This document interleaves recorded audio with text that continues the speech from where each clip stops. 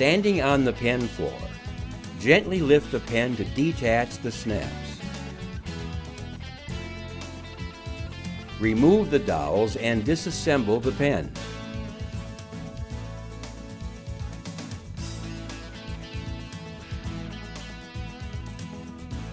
Begin by placing a panel halfway onto the pen floor with the handles oriented as shown.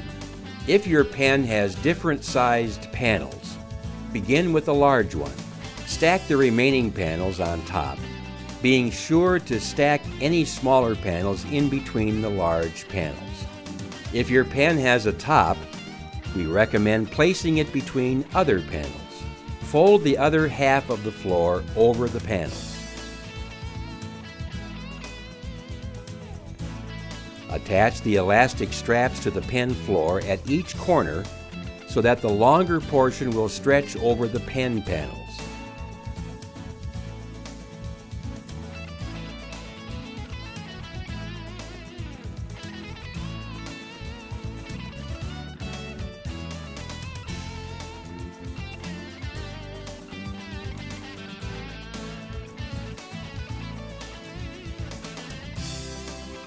Place the dowels inside of the carrying case.